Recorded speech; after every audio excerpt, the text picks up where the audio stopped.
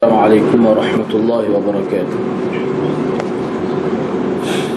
Alhamdulillahi rabbil alamin, wassalatu wassalamu ala asyrafil anbiya wal mursalin, nahmaduhu wa nasta'inu wa nastaghfiruh. Fa inna asdaqal hadits kitabullah wa khairal hadi hadi Muhammadin sallallahu alaihi wasallam wa syarral umuri muhdatsatuha wa kullu muhdatsatin bid'ah wa kullu bid'atin dhalalah wa kullu dhalalatin fin nar. وقال رب اشرح لي صدري ويسر لي أمري واحلل عقدة من لساني يفقهوا قولي.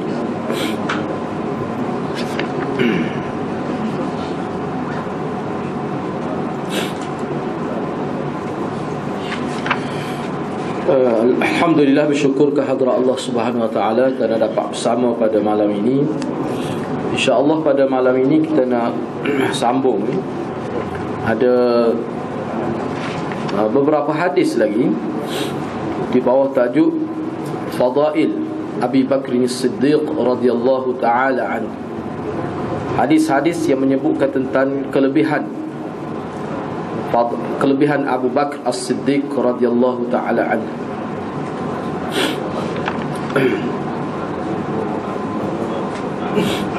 Hadis yang terakhir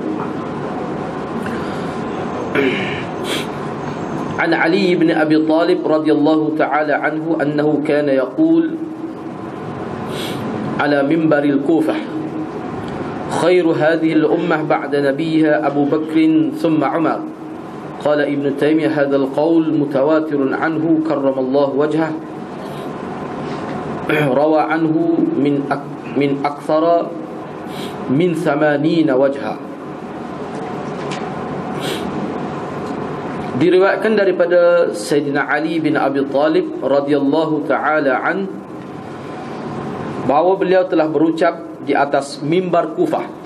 Yani Sayyidina Ali telah berkhutbah di atas mimbar Kufah.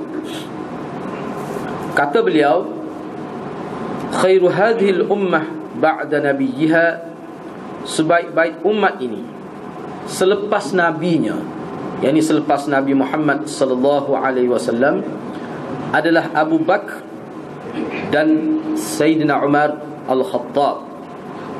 Ini kenyataan Sayyidina Ali ketika berucap di mimbar Kufah. Ini merupakan satu pengakuan dengan begitu jelas daripada Sayyidina Ali bahawa sebaik-baik manusia di kalangan umat selepas wafatnya Nabi sallallahu alaihi wasallam adalah Abu Bakar, kemudian Sayyidina Umar. Mengikut Ibn Taymiyah, dia ada buat komentar kenyataan Sayyidina Ali. Dia kata kenyataan Sayyidina Ali diriwayatkan oleh lebih daripada 80 wajah, 80 tariq. Lebih daripada 80 dia punya jaluran sanad itu. Maknanya kenyataan ini diriwayatkan secara mutawatir. Ni hadis apa ni, kata-kata Sayyidina Asar sahabat ini, yang ni kata-kata Sayyidina Ali ini.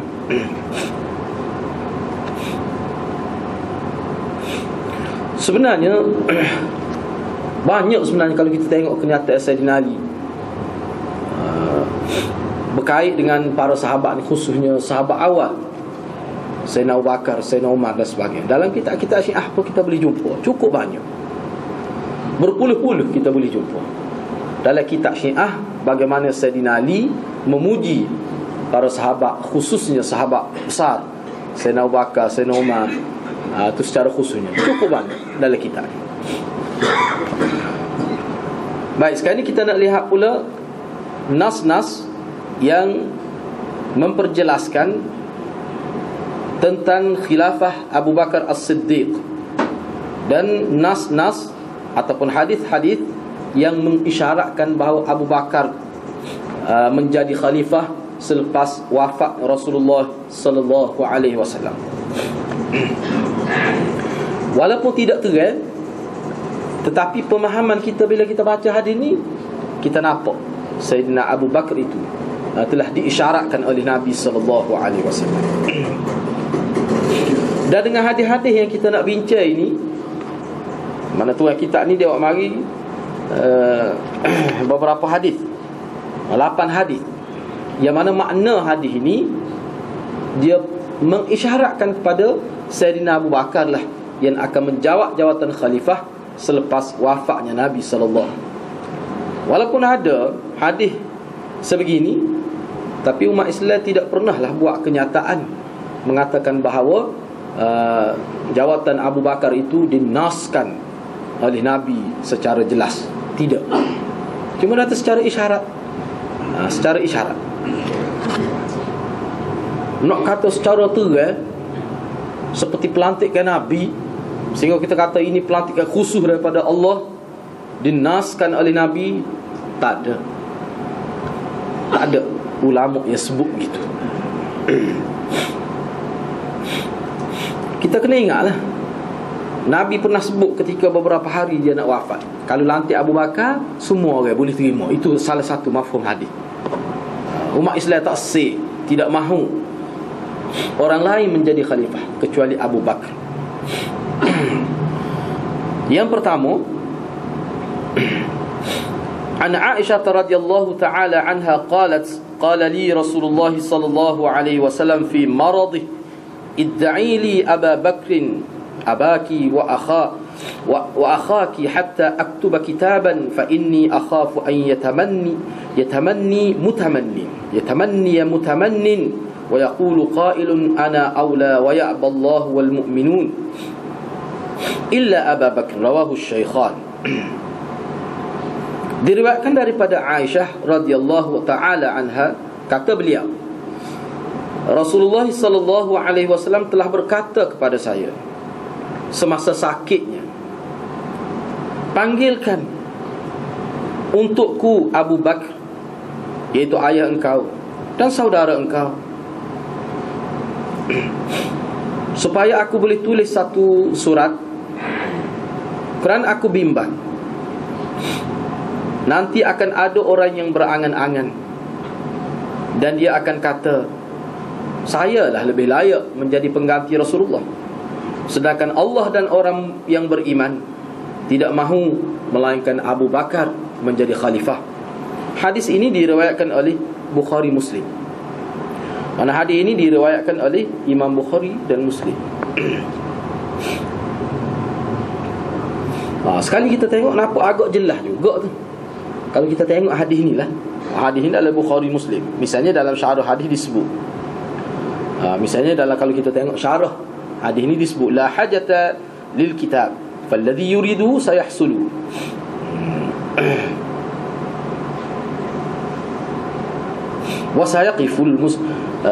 Wasayaqiful muslimuna ala ikhtiyari Abi Bakr.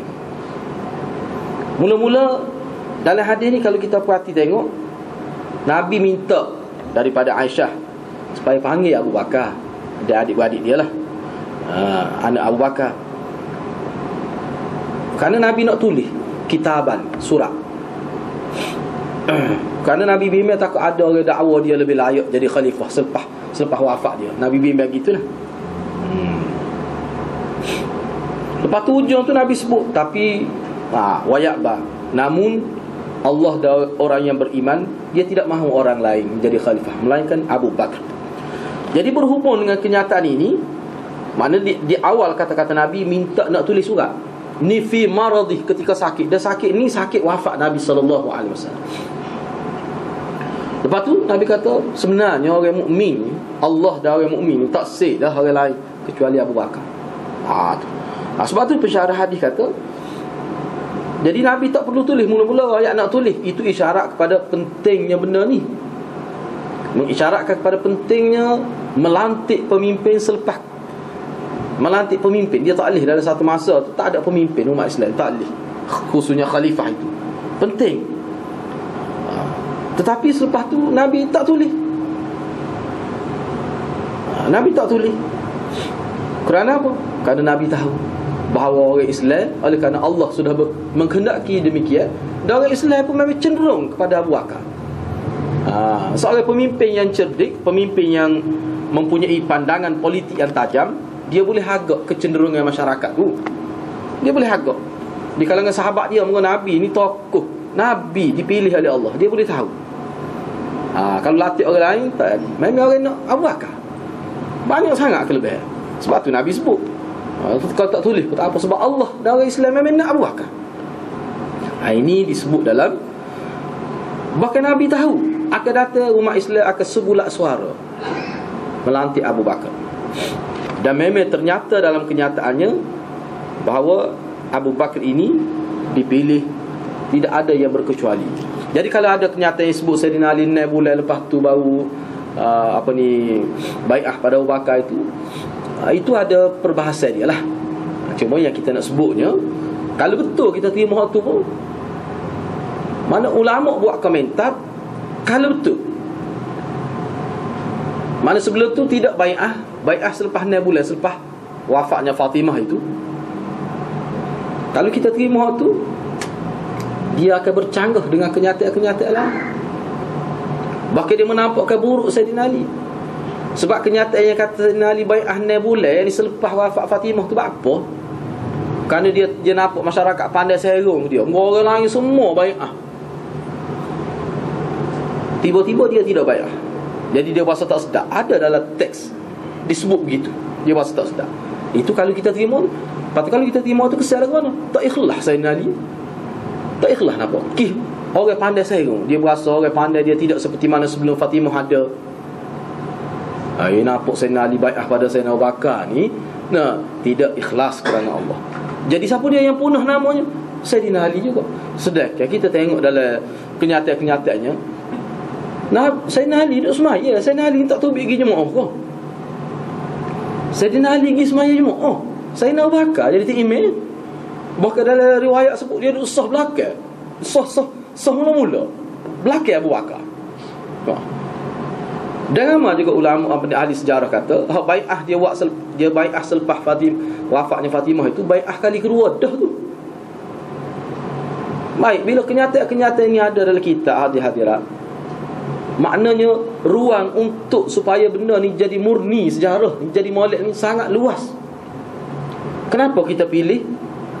Kenapa setengah-setengah orang tu dia suka pilih benda yang menampakkan buruk sahabat, yang menampakkan sahabat ni suka bala? Kenapa? Padahalnya kalau kita ambil kata Sayyidina Ali tak ada masalah pun, sebab memang dia pergi semaya Jumaat berimamkan Abu Bakar As-Siddiq. Ada kenyataan itu dalam kitab. Kenapa tak sebut tu? Lepas tu kalau Sayyidina Ali bai'ah selepas 6 bulan, ada kenyataan sebut itu bai'ah kali kedua, sebagai nak tajdid, memperbaharui bai'ah kerana ramai yang tidak tahu. Ramai yang kata Sayyidina Ali tidak bai'ah, Sayyidina Ali pergi baru balik nak tutup tu. Cakap-cakap kita kena ingat lah, munafik pun banyak masa tu, zaman tu. Jadi benda-benda gini kena ingat. Jadi sebenarnya ruang untuk jadi molek, rupa sirah tu, rupa sejarah sahabat ni sangat luas sebenarnya.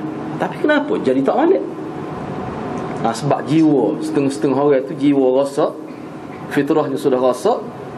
Memang jiwa tu tidak jiwa Islam. Kalau jiwa Islam sungguh, dia akan tafsir, dia akan petik benda tu, dia akan jadi murni, jadi molek.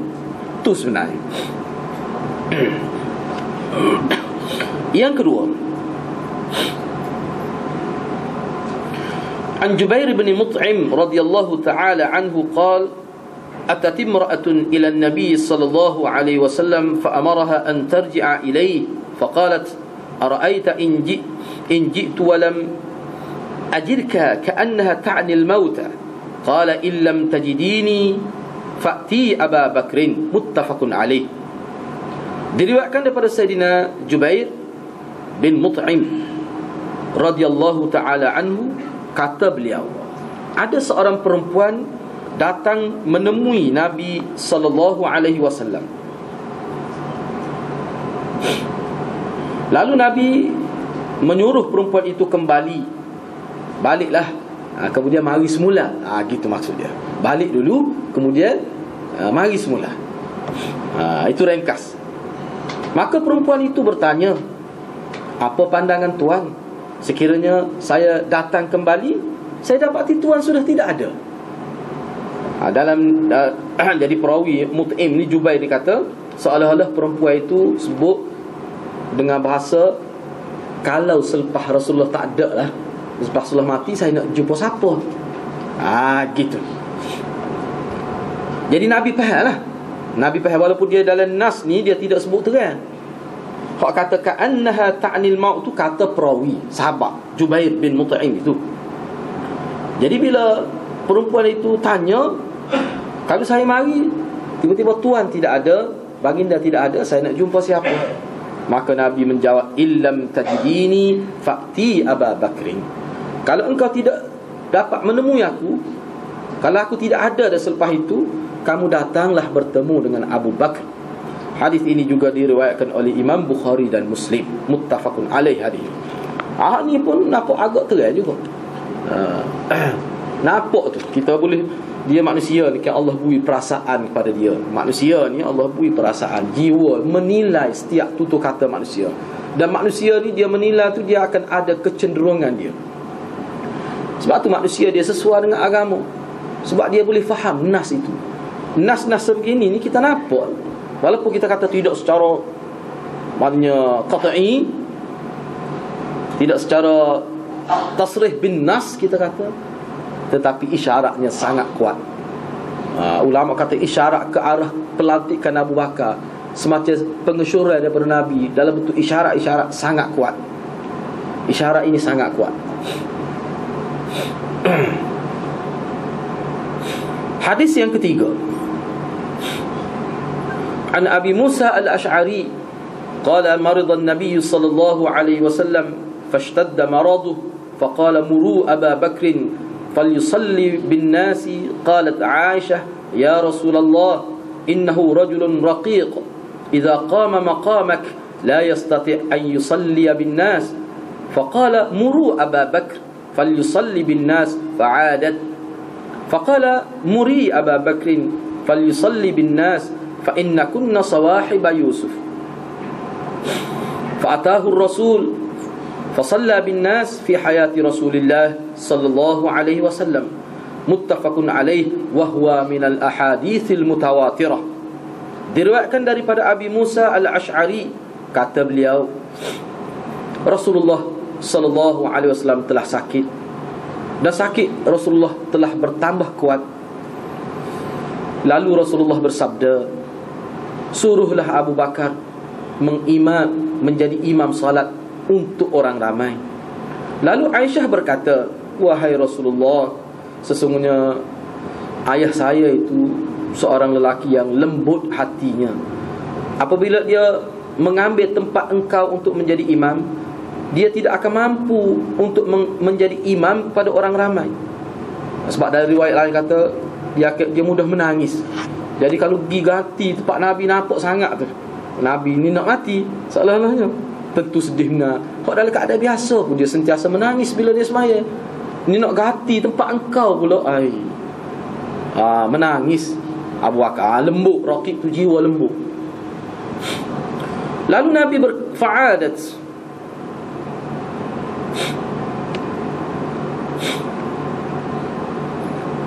lalu Nabi kata lagi, suruhlah Abu Bakar supaya dia menjadi imam salat kepada orang ramai.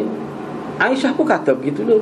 Dia ni kalau dia semaya agak nangis, apatah lagi kalau ganti tempat Rasulullah lagilah cepat menangis seolah-olah begitulah. Nabi pun kata lagi, suruhlah Abu Bakar, suruhlah Abu Bakar supaya dia menjadi imam salat kepada orang ramai. Kamu ni tak ubah seperti sahibah Yusuf, seperti teman-teman atau adik-adik Nabi Yusuf, teman-teman Yusuf. Lalu Rasulullah sallallahu alaihi wasallam fa'atahu ar-rasul, lalu Rasulullah datang kepada Abu Bakar. Ni di masjid, fasalla, lalu Abu Bakar, Sayyidina Abu Bakar menjadi imam salat kepada orang ramai semasa hidup Rasulullah sallallahu alaihi wasallam. Hadis ini diriwayatkan oleh Imam Bukhari dan Muslim, dan hadis ini adalah hadis yang tersenarai sebagai salah satu daripada hadis-hadis yang mutawatir. Hadis ini disenaraikan oleh ulama antara hadis-hadis yang mutawatir 3 kali. Hadis-hadis tak akan jumpa sahabat Nabi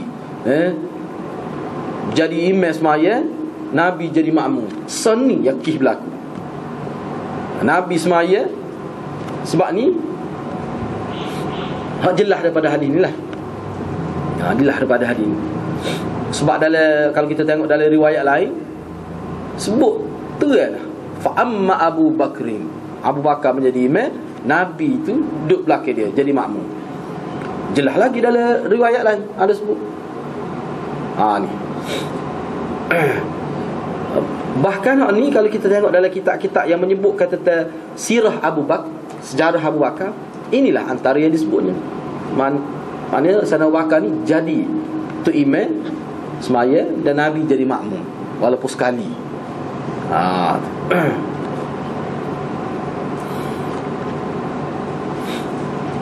Walaupun dalam kitab fiqh tu syarah tu adalah dia bahannya. Ada kata dak undur hakikat Nabi juga. Ada juga dalam syarah-syarah sebut begitu. Tapi hak tu huraian lah. Tapi berdasar pada teks ni, berdasar pada teks ni dan teks lain, sebab teks lain tu bahawa ni fasalla bin nas. Fasalla bi ni pun dalam bahasa Arab makna menjadi imam, salla bi. Maknanya mengimami, menjadi imam. Tapi dalam riwayat lain ada sebut tu kan, fa amma Abu Bakr. Lagi tu kan, guna kalimah amma, menjadi imam. Jadi hak ni isyarat pun kuat juga ke arah menunjukkan kerana semaya ni kan dia lambai kepada pemerintahan kan. Lambai kepada kita kata kepimpinan itu.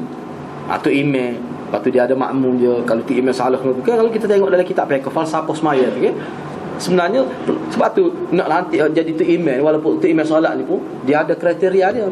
Sebab dia tu menggambarkan pemimpin, sifat kepimpinan itu.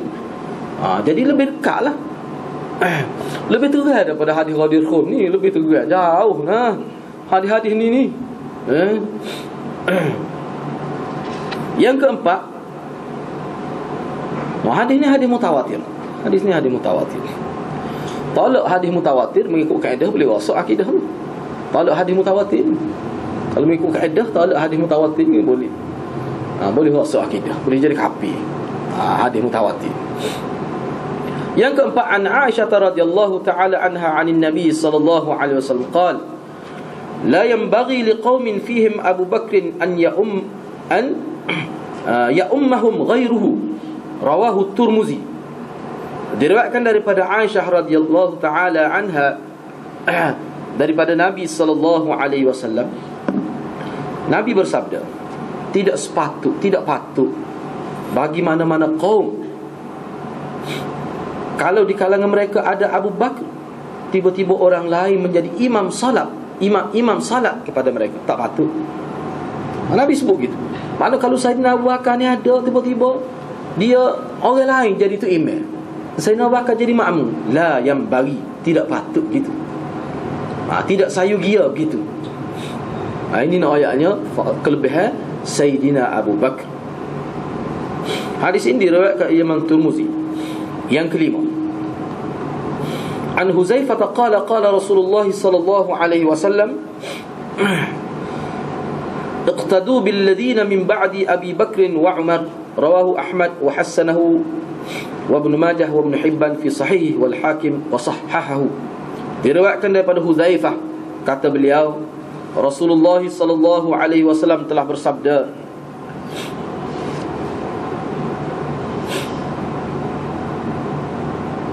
ikutilah oleh kamu orang-orang selepasku, iaitu Abu Bakar dan Umar. Kamu ikutlah orang selepas aku. Mana selepas aku mati, kamu ikutlah. Orang selepas aku tu Abu Bakar dengan Umar. Mana suruh jadi qudwah. Mana dalam hadis ni Nabi sebut pada umat Islam, khususnya kepada sahabat dia di zaman sahabat dia lah di zaman tu, supaya selepas ketiadaan dia, jadikanlah Abu Bakar, Sayyidina Abu Bakar dan Sayyidina Umar ini sebagai qudwah, sebagai ikutan dalam apa perkara. Ini kelebihan.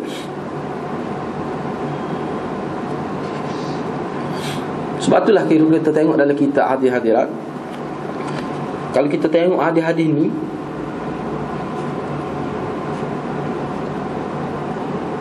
mana dengar ada kenyataan Nabi suruh, Nabi sebut gini seperti kita baca ni, munasabah ke? Boleh kata lagi ke orang lain lebih layak? Itu persoalan. Boleh kata lagi ke? Kalau kata juga tu memang masalah. Dia ada masalah dalaman ni. Dia ada masalah tu. Hak ni sebut mana khusus. Abu Bakar, Umar, sebut khusus. Kalau hak sebut tentang sahabat secara umum, tu banyak lagi hadis-hadis. Ayat Quran banyak lagi. Kalau hadis-hadis tak boleh harap, beberapa buah kitab ada khusus ulama bincang tentang ayat-ayat Quran yang menyentuh secara khusus pada sahabat. Mana melihat kedudukan sahabat mengikut neraca Quran, mengikut perspektif Al-Quran. Beberapa buah kitab lah dia sebut secara khusus. Walaupun hak sebut secara tajuk tu banyak. Misalnya dalam kitab besar cuma tajuk khusus, tu banyak. Ni tak kitab tu sendiri khusus bicara. Ada beberapa buah kitab. Syiah kata ada 500 ayat khusus turun untuk Sayyidina Ali. 500 ayat. Lembek kita cari tak jumpa. Dia main ikut letak. Tengok ayat ni. Ni untuk Sayyidina Ali. Main kata gitu. Beribu boleh. Tak ada sandar rega pun. Ada 500. Kita pilih buas-buas ni. Siapa kuntum khaira a'immah. Dia baca ayat Sayyidina Ali. Imam yang pertama. Kuntum khaira ummatin. Dia baca kuntum khaira a'immah. Dia baca a'immah.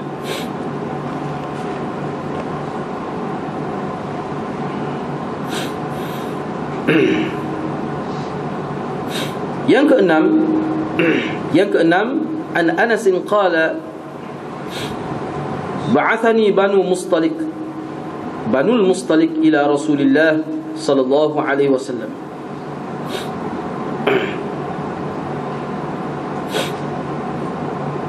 Ansalhu ila man nadfa'u sadaqatina ba'dak. Fa'ataituhu fasa'altuhu. Faqala ila Abi Bakrin. Rawahu al-Hakim wa sahhahu. Diriwayatkan daripada Anas, kata beliau, Banu Mustalik telah menghantar saya.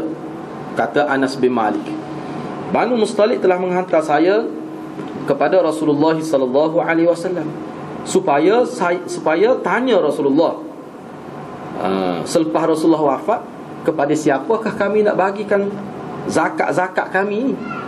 Zakat, mungkin zakat kami nak bagi ke siapa pula selepas ketiadaan Rasulullah. Jadi saya pun datanglah, kata Anas, dan bertanya Rasulullah sallallahu alaihi wasallam. Lalu Rasulullah menjawab, berilah kepada Abi Bakar. Jadi Nabi kata beri pada Abu Bakar lah. Ini isyarat yang kuat juga, nak menunjukkan bahawa yang berhak kerana zakat ni dia untuk kerajaan. Zakat ni bayar kepada kerajaan laki-lakinya. Kerajaan yang urus zakat tu.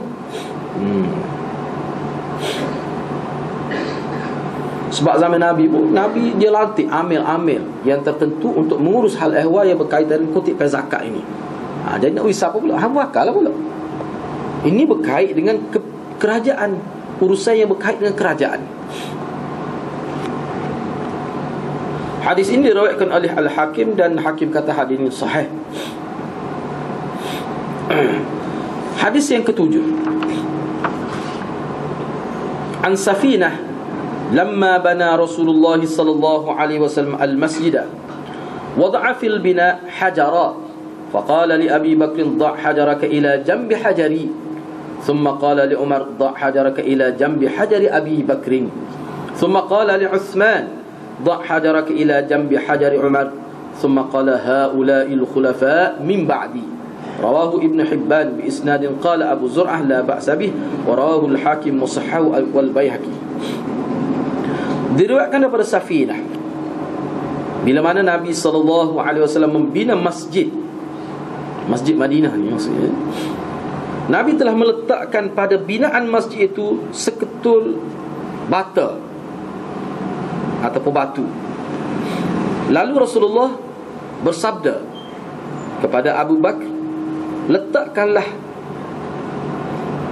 bata di tangan engkau itu di sebelah bataku ini.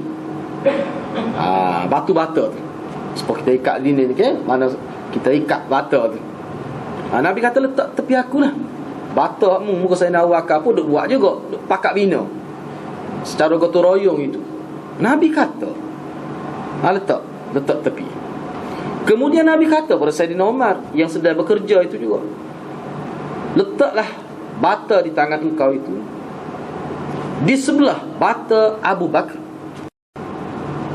Kemudian Nabi SAW menyebutkan kepada Saidina Uthman Ibn Affan, letaklah bata di tangan engkau itu di sebelah bata Saidina Umar. Dia Nabi, Abu Bakar, Umar, kemudian Uthman, jujuk straight gitu. Kemudian Nabi bersabda, mereka inilah pengganti-penggantiku, pengganti-pengganti selepasku. Mereka inilah khalifah-khalifah selepas ketiadaanku. Hadis ini diriwayatkan oleh Ibn Hibban dengan sanad seperti mana yang disebut oleh Abu Zur'ah, la ba'sa bih, tidak ada masalah. Ini satu istilah ni. Hakim meriwayatkan hadis ini dan dia kata sahih. Imam Baihaqi pun kata sahih juga hadis ini. Daripada hadis ini pun kita nampak beberapa perkara lah. Istimak daripada ulama dalam syarah-syarah hadis berkait dengan ini. Dia kata ini juga isyarat perkenan Nabi SAW. Hadis ni memang diketahui kerana lama. Kalau kita baca dalam syarah, semasa membina masjid ini, binaan masjid sedang berjalan, lama sahabat tu duk gotong royong bina masjid. Jadi bila Nabi sebut begini, apa yang difaham oleh para sahabat, ini sebagai satu pengiktirafan. Walaupun ulama kita kata tidaklah kita guna hadis ni, kita kata Nabi menaskan bahawa selepas dia kena bakar. Tak ada ulama kata begitu.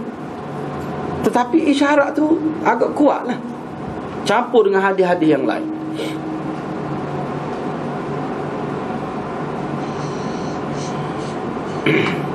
Dan hadis-hadis wajib baca lah. Wajib baca, kena ngaji khusus. Kalau boleh belajar tentang Abu Bakar ni selengkapnya. Kerana ulama tulis kitab khusus Siratu Abi Bakr As-Siddiq. Syekh Salabi tu dia tulis khusus lah. Sirah Abu Bakar, Sirah Aisyah, Sirah Umar. Dia tulis khusus sebuah kitab 100 muka surat lebih. Molek jugalah. Kalau kita boleh buat, sebenarnya molek lah kita buat tazkirah tu. Untuk tazkirah, kita buat tazkirah tu molek.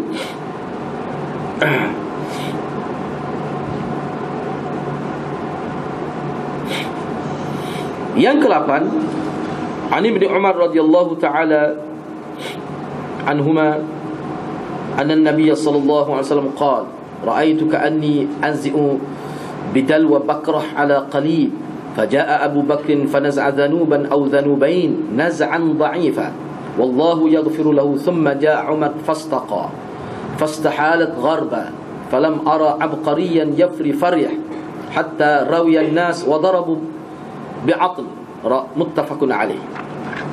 Diriwayatkan daripada Ibnu Umar radhiyallahu taala anhuma, ni anak Sayyidina Umar, Abdullah.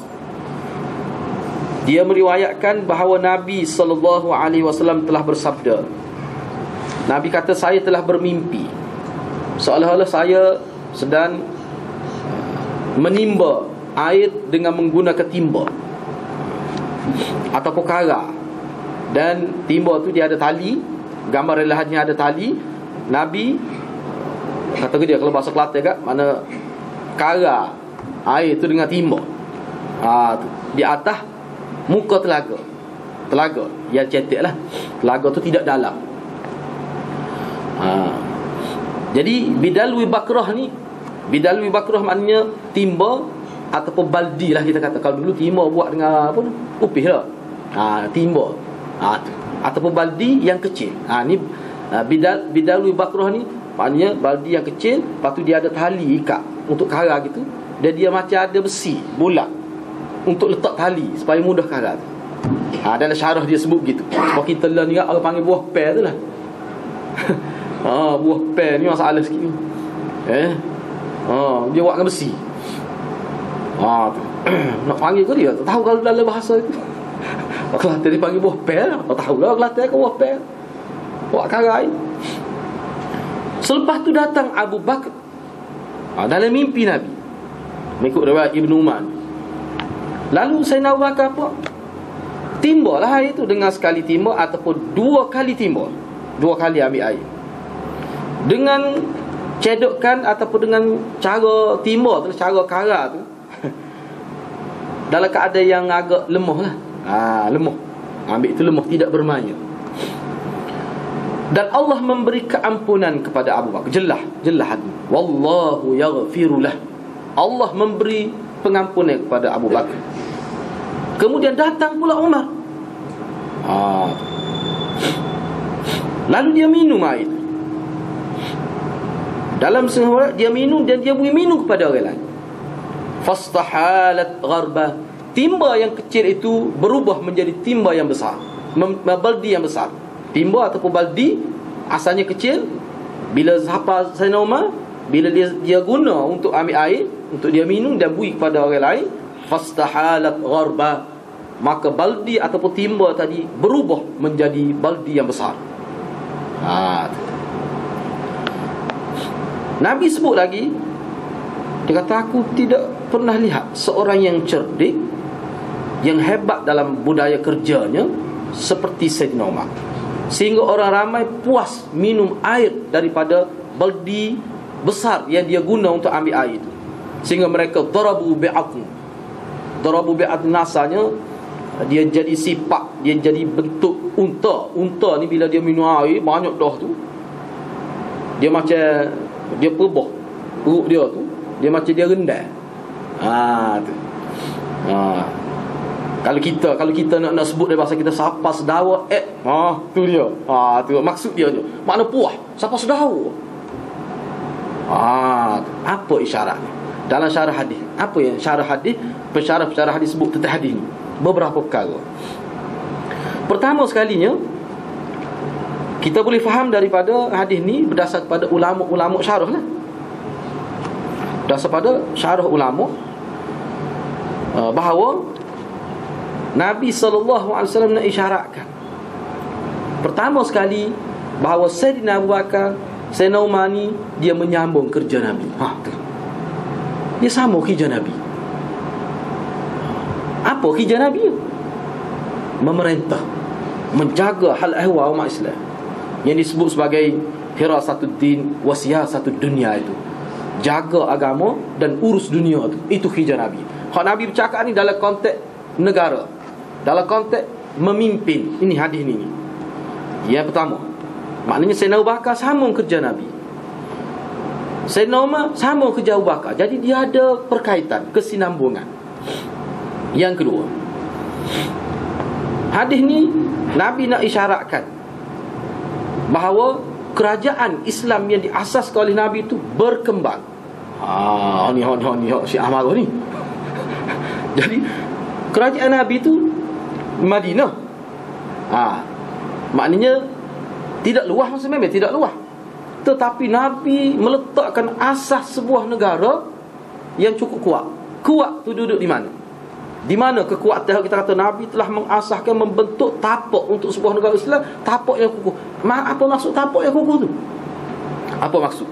Maksud tapak yang kukuh adalah orang-orang di sekitar Nabi, di sekeliling Nabi, yang kita sebut sahabat-sahabat Nabi itu. Nabi berjaya membentuk masyarakat yang kalau ni kita panggil masyarakat yang minda kelas pertama, golongan musaqqafin, golongan intelektual. Dia ni, tu maksud dia nya. Di kalangan sahabat-sahabat yang cerdik ni, inilah hak paling cerdik. Siapa dia? Abu Bakar. Sebab tu dia layak ganti Nabi. Ni syarah dalam, kalau kita tengok, sebab tu dia layak ganti Nabi. Tetapi walaupun layak ganti Nabi, takdir Allah Subhanahu Wa Taala nak uji dia. Bila dia merintah, dia terlibat dengan peperangan, memerangi puak-puak murtad, sehingga Abu Bakar tak sempat nak memperluah ke Islam sampai keluar daripada Jaziratul Arab. Tetapi Abu Bakar ini, dia tetap main peranan. Maknanya guna timba hak Nabi guna tu, baldi tu, cedok air untuk bui minum pada masyarakat. sekali hebat ataupun dua, tapi lemahlah sebab apa? Masalah konflik dalaman. Tetapi kukuk mana pun dia ni termasuk dalam kerajaan yang mendapat keampunan Allah. Sebab dalam disebut wallahu yaghfirulah, Allah beri keampunan kepada dia. Kemudian datang Sayyidina Umar minum, dia bui minum pada orang lain. Dan bila Sayyidina Umar guna timba tu, istahalat gharba, timba tu, baldi itu menjadi baldi yang besar. Asalnya baldi kecil. Apa isyarat itu? Isyarat zaman Sayyidina Abu Bakar sedikit saja berlaku pengembangan. Perkembangan, kita kata proses meluahkan kerajaan itu berlaku secara sedikit saja. Kerana Sayyidina Abu Bakar terpaksa menyelesaikan kes murtad. Tapi zaman Sayyidina Umar, Islam itu sebar dengan luah. Jatuh kerajaan Parsi di zaman Sayyidina Umar. Jatuh zaman itu, zaman Sayyidina Umar. Kerajaan Sasaniyah itu jatuh zaman itu. Dan sebab itulah ulama kata sebenarnya denda pokok Parsi pada Sayyidina Umar gitu. Orang kafir berkata gitu juga. Misalnya seorang penulis orientas nama Brown tu, dia kata sebenarnya bukan kisah politik, bukan kisah agama pun. Bukan kisah agama pun dia kata. Bukan kisah wakar apa jawatan Sayyidina Ali, dak. Kisah dia denda sebab zaman dia lah, zaman Sayyidina Umar lah jatuh kerajaan Majusi di Parsi tu. Masa tu di bawah pemerintah Yazdajir. Dan anak dia nama Syahar Banu tu lepas tu jadi tawanan perang, nikah dengan Sayyidina Husain. Jadi keturunan Sayyidina Husain lah jadi imam Syiah tu, anak-anak Sayyidina Husain dengan mak dia daripada keturunan Parsi tu, nama Syahar Banu tu. Terjawablah kita rasa pelik, kenapa pokok dia sokong sangat Sayyidina Husain, tidak Sayyidina Hasan. Sebab dia nampak kerana Sayyidina Husain ni menantu Yazdajir tu, Maharaja Parsi tu. Kerana bini dia nama Syahar Banu tu asalnya hamba di Merdeka, nikah Sayyidina Husain, keturunan dia tu. Nampak sangat asabiyah tu, asabiyah jahiliyah tu. Tak sabit agama pun sebenarnya. Lepas tu dia bergabung dengan Yahudi. Marah Yahudi pula, apa nak gabung sangat tu? Denda kepada Nabi. Apa Nabi halau dia kan daripada akhrijul yahud min jaziratil arab. Itu mengikut ulama kita. Tu sebenarnya hadir-hadirat kena tahu. Baru kita nampak, rupanya Syiah ni latar belakang dia ni. Tu sebenarnya latar belakang dia, Syiah ni. Jadi anak-anak Sayyidina Husain tu daripada tu ada keturunan darah Parsi tu. Patut dia pokok dia itu sangat tu. Tapi orang kita sini, malah sejarah tu perlu kita tahu.